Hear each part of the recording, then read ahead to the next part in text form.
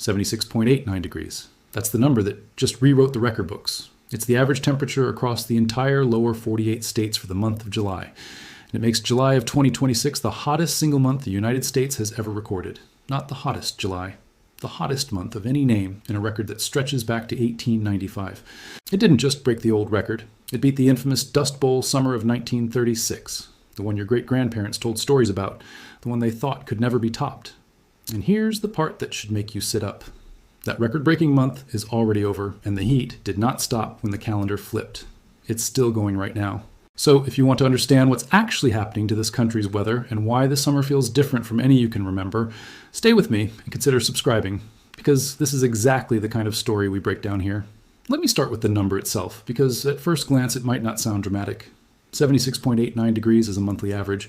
That doesn't sound like an inferno, but you have to understand what an average like that actually represents.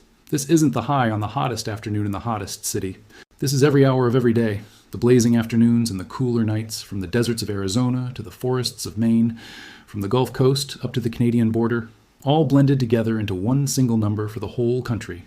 To move that number, you don't need one city to be hot. You need almost the entire nation to be hot at the same time, for weeks on end, with barely any relief even after dark. And that is exactly what happened. To beat a record that had stood since 1936, an average like this had to climb by a margin that, in climate terms, is enormous. The old record fell by about 1/8 of a degree. Now, 1/8 of a degree might sound trivial, almost like a rounding error, but when you're talking about the average temperature of an entire continent's worth of land across an entire month, 1/8 of a degree is a landslide. Temperature records at this scale usually get broken by tiny slivers, if they get broken at all. This one didn't squeak past the old mark. It stepped over it decisively. And that tells you the heat wasn't a local fluke or a single bad week. It was everywhere, and it was relentless. So the obvious question, the one I want to answer before we go any further, is a simple one. Why? Why did this particular summer become the hottest in the entire history of American record keeping? And the answer starts with two words you've probably heard on the news without anyone ever really explaining them: heat dome. Here's what a heat dome actually is, in plain language. Picture the atmosphere over a huge chunk of the country. Normally, weather moves. Systems roll through. Storms come and go. Hot air gets pushed out and cooler air flows in behind it. It's a constant churn. But every so often, a massive zone of high pressure parks itself over a region and simply refuses to move. It sits there like a lid clamped down on a pot. And that lid does two things, both of them nasty. First, it acts as a cap. It traps the hot air underneath it and won't let it escape. The heat has nowhere to go, so it just builds day after day. Second, and this is the part most people don't realize, the high pressure actively pushes the air downward. And when you compress air, when you force it down toward the surface, it heats up. It's the same reason a bicycle pump gets warm when you use it. So the heat dome isn't just trapping existing heat. It's manufacturing new heat by squeezing the atmosphere. Now put those two things together. A lid that won't let heat out, and a mechanism that keeps generating more of it. That's the recipe. And on top of it all, that same high pressure clears out the clouds. Blue skies day after day, which sounds pleasant, except it means the sun beats down uninterrupted, baking the ground, and there's no cloud cover at night to hold in even a little relief. The ground heats up during the day, the nights stay warm, and then the next day starts hotter than the one before. That's how a heat dome feeds on itself. That's how you get not one scorching day, but weeks of them stacked back to back. And that is what settled over the United States through July, and why the average for the whole month climbed to a level no month had ever reached. Here's something I want you to think about, and I genuinely like your answer in the comments. When you picture a deadly natural disaster, what comes to mind? A hurricane tearing off roofs? A tornado? A wildfire racing across a hillside? Almost nobody pictures a hot, quiet, sunny day.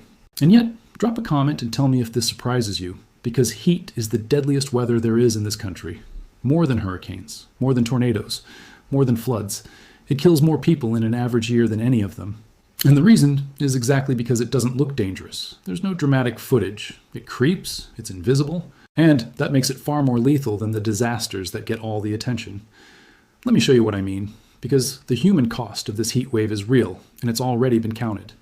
By early August, at least 70 deaths had been attributed to this heat wave across North America. 70 people, and counting. Because heat-related deaths are notoriously undercounted. When someone with a heart condition dies during a heat wave, the death certificate often lists the heart. When an elderly person living alone without air conditioning passes away in a sweltering apartment, it doesn't always get logged as a heat death at all. So whatever the official number is, the real toll is almost certainly higher. That's a pattern we see with every major heat event. The bodies of water we call statistics are always deeper than they look. And to understand why heat does this to the human body, you have to understand how your body cools itself, because it's more fragile than you'd think. Your body has essentially one main tool for shedding heat: sweat. You sweat, the sweat evaporates off your skin, and that evaporation carries heat away. It's a beautifully efficient system, but it has a critical weakness, and that weakness is humidity. When the air is already thick with moisture, your sweat can't evaporate efficiently. It just sits on your skin. And when your sweat can't evaporate, your body's cooling system fails. Your core temperature starts to rise, and it keeps rising, and there's nothing you can do to stop it from the inside.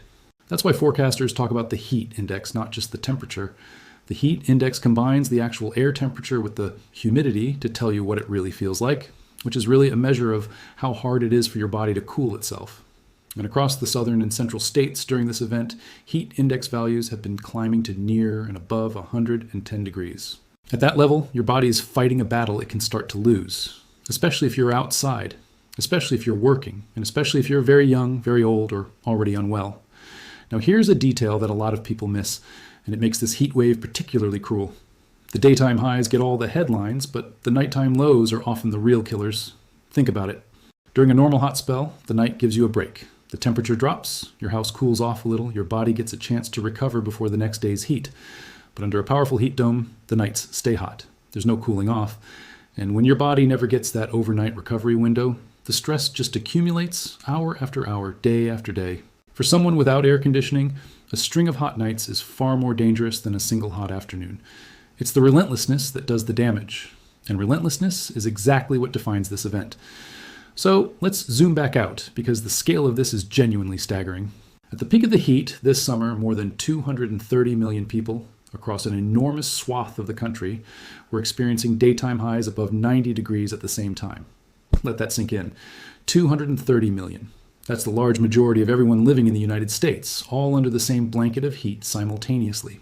This wasn't a regional problem. It wasn't the desert Southwest having a bad week, which is normal for the desert Southwest. This was a coast-spanning, nation-scale event that touched almost everyone, all at once.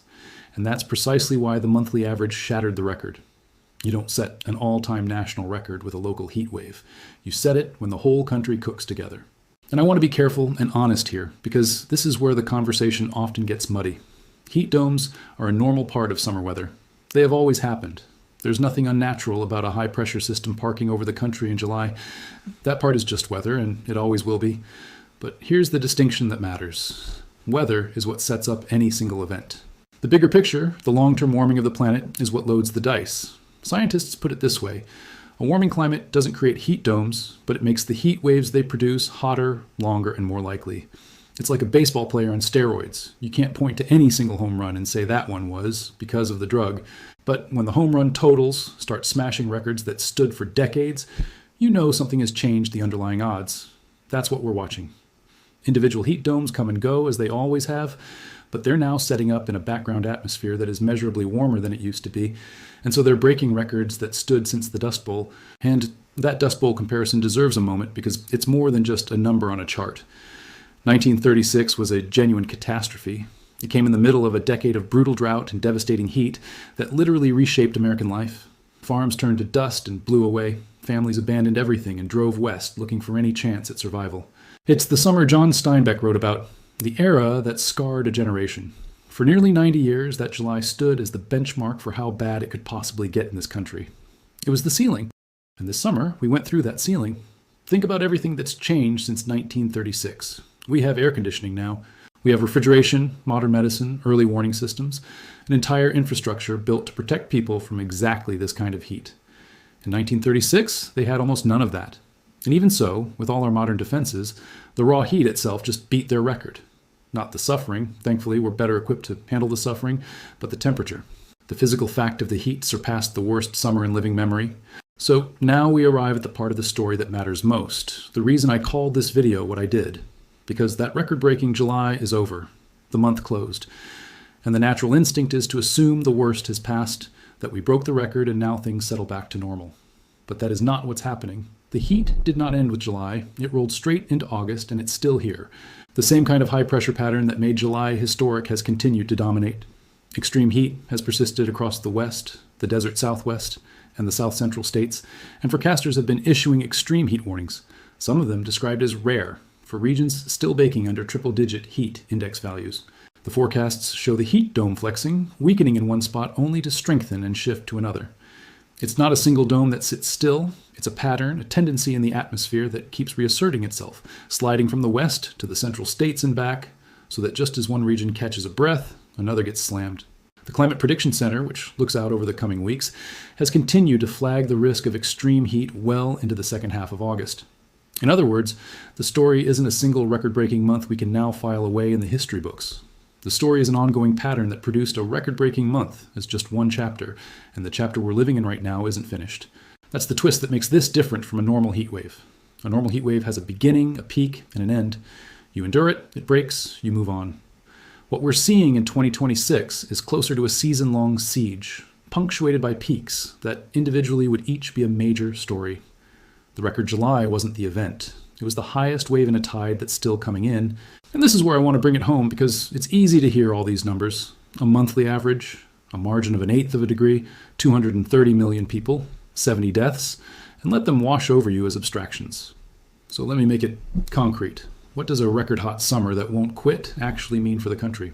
It means a strain on the power grid unlike almost anything else, because when everyone runs their air conditioning at maximum for weeks on end, demand for electricity spikes to dangerous levels, and the grid can buckle right at the moment people need it most to survive. A blackout during a normal week is an inconvenience. A blackout during a heat dome can be a mass casualty event. It means agriculture under enormous stress, crops wilting in the fields, and livestock struggling in the heat, which ripples outward into the price of food months later. It means workers, the people who build our roads and roofs and harvest our food, facing genuinely dangerous conditions just by showing up to their jobs. It means emergency rooms filling with heat exhaustion and heat stroke. And it means the most vulnerable among us, the elderly, the poor, the sick, the people without reliable cooling, quietly bearing the worst of it, often out of sight. There's one more layer I don't want to skip because it connects to the parched ground under all that heat. Prolonged, intense heat doesn't just make people uncomfortable, it dries everything out. It sucks the moisture out of the soil and the vegetation, and that turns the landscape into fuel. This is the deep link between record heat and the wildfires that so often follow it. The heat sets the table, drying out millions of acres, and then all it takes is a spark. So a summer like this one isn't just a heat story, it's a drought story and a fire story waiting to unfold, each one feeding into the next. Let me pull all of this together, because I made you some promises at the start, and I want to close every loop I opened.